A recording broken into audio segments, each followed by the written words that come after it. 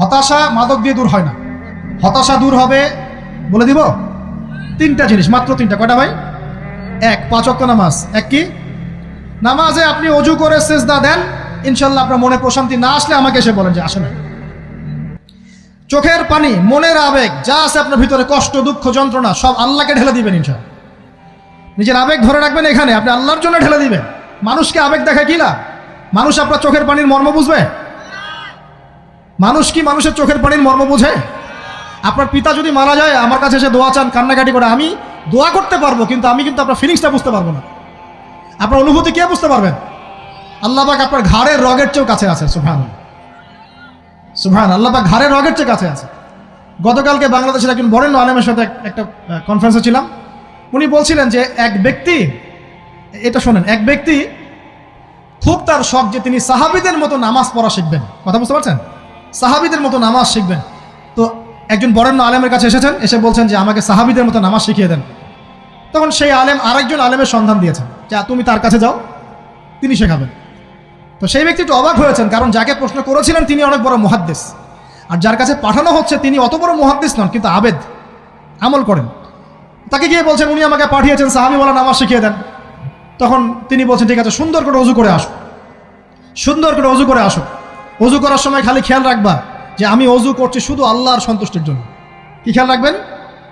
অজু করছি শুধু আল্লাহকে রাজি খুশি করার জন্য অজু করছে, আর কোনো উদ্দেশ্য নাই আমার। অজু করতে যাচ্ছে, তিনি আবার বলছেন দাঁড়াও, শুধু আল্লাহকে রাজি খুশি করার জন্য অজু করো। আবার শুরু করছেন, আবার বলছেন শোনো, শুধু আল্লাহকে রাজি খুশি করার জন্য অজু করো।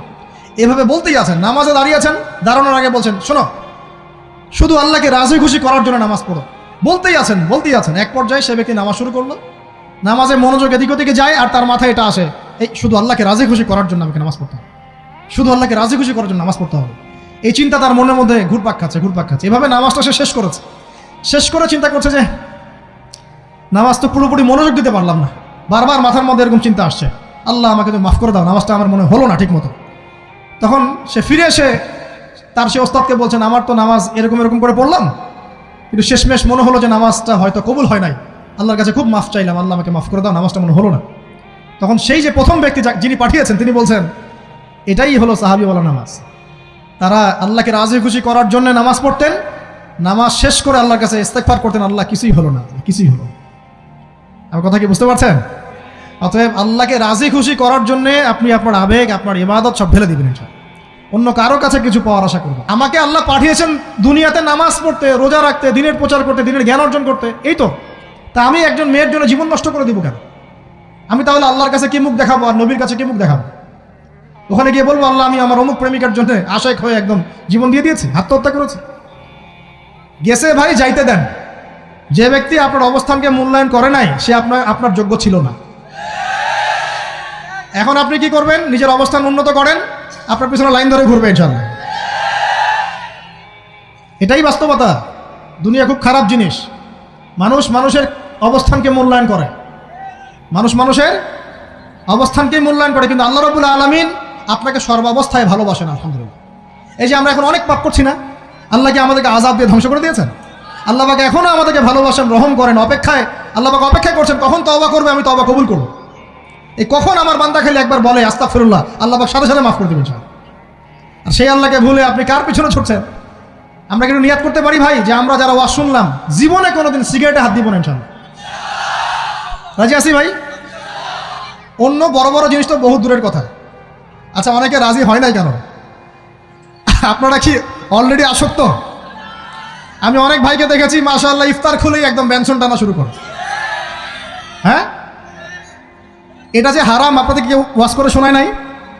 এটাকে কি মনে করেন আপনারা, হারাম না হালাল? কেউ বলেছে মাকরু, নাকি মাকরু ফতোয়া দিয়েছে? মাকরু শব্দের অর্থ জানেন আপনি? মাকরু শব্দের অর্থ কি একটু শোনেন। সূরা বনী ইসরাইল খুলবেন। কোন সূরা? সূরা বনী ইসরাইল। আল্লাহ পাক বলছেন আমি বনু ইসরাইলকে এই কাজগুলো করতে নিষেধ করেছি। কোন কাজ? জেনা করো না, জেনার ধার কাছে যেও না, এতিমের মাল আত্মসাৎ করো না, শিরিক করো না ইত্যাদি। যারা আলেম আছেন তারা আমার কথা বুঝবেন। এই কাজগুলোর পরে আল্লাহ পাক বলছেন যে এই প্রত্যেকটা কাজ আল্লাহর কাছে মাকরুহ, অপছন্দের। কিসের? অপছন্দ। আর এটাকে আপনি সহজ মনে করছেন? নিয়াত করি আল্লাহ পাক আল্লাহ পাকের সন্তুষ্টির জন্য আমরা কোনোদিনও মাদকের সাথে সম্পৃক্ত হব না ইনশাআল্লাহ। আর বিশ্বাস করেন, শুধুমাত্র মাদকদ্রব্য নিয়ন্ত্রণ অধিদপ্তর এই আইন কানুন এগুলো দিয়ে জরিমানা দিয়ে মানুষকে মাদক ছাড়ানো যাচ্ছে না, যাবে না। কেন যাবে না এটা আপনারা খুব ভালো করেই জানেন, আমি বলতে চাচ্ছি না। অনেক সময় মাদক বিরোধী কনসার্ট করে মানুষ, মাদক বিরোধী কনসার্টে ওঠার আগে এক বোতল ডাইল খেয়ে আসে আগে। এগুলো কি বাস্তব কথা বলছি না অবাস্তব কথা বলছি? আমাদের যুবক ভাইরা কোশ্চিনকালেও মাদকের ধার কাছে যাবেন না ইনশাআল্লাহ। একটা হাদিস খালি মনে রাখেন, এই হাদিসটা মনে রাখেন। নবী সাল্লাল্লাহু আলাইহি ওয়াসাল্লাম বলেছেন, কেউ যদি মাদকদ্রব্য সেবন করে তার 40 দিনের নামাজ কবুল হবে না। সিগারেট একটা খেয়েছি, 40 দিন নামাজ নাই। এরপর যদি সে তওবা করে আল্লাহ মাফ করে দিবেন। আবার যদি মাদক খায় আবার 40 দিন কবুল হবে না। যদি আবার তওবা করে আল্লাহ মাফ করে দিবেন। আবারও যদি খায় আবারও 40 দিন কবুল হবে না। আবারও তওবা করলে আল্লাহ আবার মাফ করে দিবেন। চতুর্থবার সে যদি মাদক খায়, আল্লাহ রসুল সাল্লাল্লাহু আলাইহি ওয়াসাল্লাম বলছেন, আল্লাহ পাক কিয়ামতের মাঠে তাকে তিনাতুল খাবাল পান করাবেন। কি পান করাবেন? তিনাতুল খাবাল। সাহাবীরা বললেন, ইয়া রাসূলুল্লাহ, এটা কি তিনাতুল খাবাল কি? নবী সাল্লাল্লাহু আলাইহি ওয়াসাল্লাম বলছেন, এটা হচ্ছে জাহান্নামীদেরকে আযাব দেওয়ার পর তাদের রক্ত মাংসের যে পুঁজ বের হবে, এই যে ড্রিঙ্কস, জাহান্নামের হার্ড ড্রিঙ্কস, এই ড্রিঙ্কসের নাম হলো তিনাতুল খাবাল। আল্লাহ পাক আমাদের সবাইকে মাদক থেকে বাঁচিয়ে রাখে। আমল হচ্ছে কোরআন তেলাওয়াত। যে ব্যক্তি কোরআন তেলাওয়াত করতে পারে নিয়মিত, তার মনের মধ্যে এই হতাশা, এই ভীরুতা, এই কাপুরুষতা কিচ্ছু আসবে না ইনশাআল্লাহ। আমি গ্যারান্টি দিচ্ছি আপনাকে, হতাশা আসবেই না আপনার মনে যদি আপনি কোরআন বুঝতে পারেন। কোরআনের একটা আয়াত নিয়ে কোনো কোনো সময় দেখা যায় 2-3 ঘন্টা সময় পার হয়ে যাচ্ছে, আয়াতটা ছেড়ে সামনে যেতে পারছি না। কোরআনের ভিতরে ঢুকলে আপনি দুনিয়ায় ভুলে যাবেন কি হচ্ছে আশপাশে। আমি এমন অনেক আলেমকে দেখেছি যে একটা বই, পাতলা একটা বই, আরবি বই নিয়ে পড়া শুরু করেছেন, ওই যে ফজরের পরে জোহরের ওয়াক্ত হয়ে যাচ্ছে, বইটাই শেষ করতে পারেননি। বুঝতে পারবেন না, যখন আপনি ইলমের ভিতরে ঢুকে যাবেন, কোরআনের ভিতরে হাদিসের ভিতরে, আপনার দুনিয়ার খেয়ালই নাই।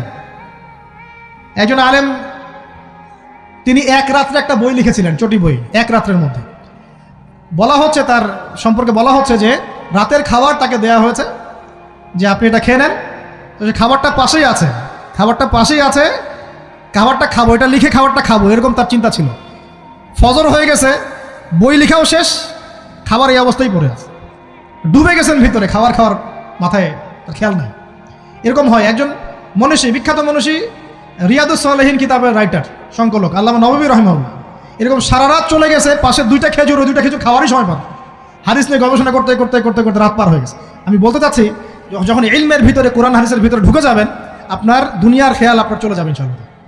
এই টেনশন, হতাশা, এই সেই বাদ, তখনই আল্লাহ পাক আপনাকে তার পক্ষ থেকে রহমত দিবেন, বরকত দিবেন। আল্লাহ আপনার দুনিয়ার কাজগুলো করে দিবেন ইনশাআল্লাহ। তখন দেখবেন কেউ আপনার দুনিয়ার ওই কাজটা করে দিয়েছে, কেউ ওই কাজটা করে দিয়েছে, কেউ বাসায় খাবার পাঠিয়ে দিয়েছে, আল্লাহ পাকই এগুলো করাই দিবেন ইনশাআল্লাহ। তো প্রিয় ভাইরা, মাদকে যাবো না আল্লাহর কাছে আসবো? 2 নাম্বার কোরআন তেলাওয়াত, 3 নাম্বার আল্লাহর জিকির। 3 নাম্বার কি ভাই? আল্লাহর জিকির। চলতে ফিরতে সব সময় মুখ চলতে থাকবে, মুখ না চললেও মনে মনে মন তাজা থাকবে, মনে মনে জিকির হতে থাকবে। মনে মনে জিকির করতে পারেন? মুখ নড়বে না, কিন্তু মনে মনে আপনার একটা জিকির হতে থাকবে, সুবহানাল্লাহ ওয়া আলহামদুলিল্লাহ, লা ইলাহা ইল্লাল্লাহ, আল্লাহু আকবার। পারা যাবে? পারে। মানুষের মন কখনো চুপ করে থাকে না, কিন্তু মানুষের মন অলওয়েজ কিছু না কিছু চিন্তা করতে থাকে না, যতক্ষণ না ঘুমায় মানুষ। তো প্রিয় ভাইরা, বেশি বেশি জিকির করবো, সুবহানাল্লাহ, আলহামদুলিল্লাহ, লা ইলাহা ইল্লাল্লাহ, আল্লাহু আকবার, লা হাওলা ওয়ালা কুওয়াতা ইল্লা বিল্লাহ, এগুলো চলতে থাকবে। আল্লাহ পাক তৌফিক দান করুন, আমিন। আমরা আমাদের সমাজে যুবকদেরকে এরকম টিকটকে দেখছি, অনলাইনে আসক্ত দেখছি, জেনায় আসক্ত দেখছি, পর্নোগ্রাফিতে আসক্ত দেখছি। আমরা দেখছি আমাদের যুব সমাজকে মাদকে আসক্ত, কিশোর গ্যাংয়ে আসক্ত। এইগুলো কি আমাদের কাম্য ছিল ভাই? আমাদের কাম্য ছিল? এই অবস্থায় কি যুব সমাজ আল্লাহ পাকের দিনের পতাকা হাতে নিয়ে আল্লাহর জমিনে দিন কায়েম করতে পারবে কিনা? একটু আমাকে উত্তর দেন দেখি। এখন এই অবস্থায় পারবে? অতএব অবস্থার উন্নতি করতে হবে কিনা? উন্নতির জন্য রাজি আছে কিনা ইনশাআল্লাহ? আমরা চাই কি আল্লাহ পাকের দিনটা আল্লাহর জমিনে প্রতিষ্ঠা লাভ করুক, আল্লাহর দিন সবার ঘরে ঘরে পৌঁছে যাক। আল্লাহ পাকের দিনের যে সৌন্দর্য, সবাই সেটাই, এই সৌরভটা সবাই পাক, আমরা চাই কিনা? সমাজে শান্তি প্রতিষ্ঠা হোক, আবার সেই রাসূলের মতো যুগ চলে আসুক, আমরা চাই কিনা? অতএব আমাদের সবাইকে যৌবনের এই প্রলোভনগুলো থেকে বেরিয়ে এসে আল্লাহ পাকের ইবাদতে আত্মনিয়োগ করতে হবে। আল্লাহ পাক আমাদের সবাইকে তৌফিক দান করুন, বলি আমিন। আমাদের সবাইকে আল্লাহ রাব্বুল আলামিন কুরআন এবং হাদিসের গভীর জ্ঞান অর্জন করার তৌফিক দান করুন, বেশি থেকে বেশি ইবাদত করার তৌফিক দান করুন। আল্লাহ পাক সবাইকে হারাম সমস্ত রিজিক থেকে বাঁচিয়ে রাখুন, জেনা, ব্যভিচার এবং নারীর ফিতনা, মাদক থেকে আল্লাহ বাঁচিয়ে রাখুন। আল্লাহ পাক আমাদের সবাইকে হালাল রিজিক, হালাল সম্পর্ক যথেষ্ট করে দিন। আল্লাহ পাক আমাদের সবাইকে যেন দিনের দাওয়াতের মেহনত করার তৌফিক দান করেন এবং আলেম ওলামার সাথে পরামর্শ করে দিন শেখার এবং বোঝার তৌফিক দান করেন। যুবতী দিনী বোনদের জন্য, এখানে বোনরা আছেন না? আছেন কি না? দিনী বোনরা আছেন? একটা নসিহত দিনী বোনদের জন্য আমি একটা নসিহত করতে চাচ্ছি, একটা নসিহত। আমার এই একটা নসিহত একটু মন দিয়ে শুনুন প্রিয় দিনী বোন। রাসূলুল্লাহ সাল্লাল্লাহু আলাইহি ওয়াসাল্লাম আমাদের দিনী বোনদের জন্য জান্নাতে যাওয়ার একটা ফর্মুলা বলে দিয়েছেন। আমি কি বলবো সেটা? আচ্ছা, রাসূলুল্লাহ সাল্লাল্লাহু আলাইহি ওয়াসাল্লাম বলেছেন আমাদের দিনী বোনেরা, আমাদের মায়েরা, এই নারী জাতি মাত্র 4টা কাজ করলে জান্নাতের যে কোনো দরজা দিয়ে ইচ্ছা প্রবেশ করতে পারবেন। খুশি হন নাই? কয়টা কাজ? মাত্র 4টা। এক, যদি আমাদের দিনী বোনেরা 5 ওয়াক্ত নামাজটা ওয়াক্ত মতো পড়ে, আল্লাহ পাক তৌফিক দান করুন, বলি আমিন। 2 নাম্বার, যদি তারা রমাদান মাসের রোজাটাকে ঠিক মতো আদায় করতে পারে।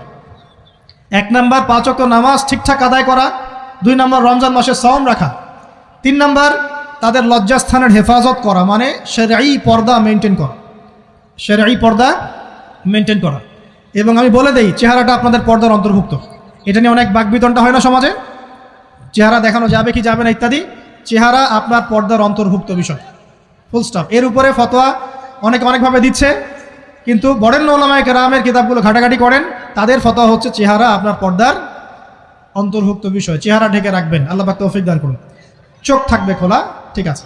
4 নাম্বার, স্বামীর আনুগত্য করতে হবে। স্বামীর আনুগত্য, এই যে আনুগত্য শব্দ শুনলেই মানুষের একটা মানে নেগেটিভ ধারণা তৈরি হতে পারে। স্বামীর আনুগত্য মানে কি আমি তার দাসত্ব করব? আনুগত্য মানে, প্রিয় দিনী বোন, আনুগত্য মানে দাসত্ব নয়। আনুগত্য মানে কোরআন সুন্নাহর যে বিধানগুলো আপনার স্বামী আপনাকে পালন করতে বলবে, আপনি সেগুলো করবেন, আপনি করতে বাধ্য। কিন্তু স্বামী যদি কোরআন সুন্নাহর বাইরে কিছু করতে বলে, সেটা মানতে আপনি বাধ্য নন। স্বামী যদি আপনাকে বলে যে সুদ খাও, এই সুদি এনজিওতে আসো, নাম লেখাও। স্বামী যদি আপনাকে বলে যে আসো বেপর্দায় বাইরে যাই, সাজুগুজু করে বের হও, চলো ঘুরে আসে,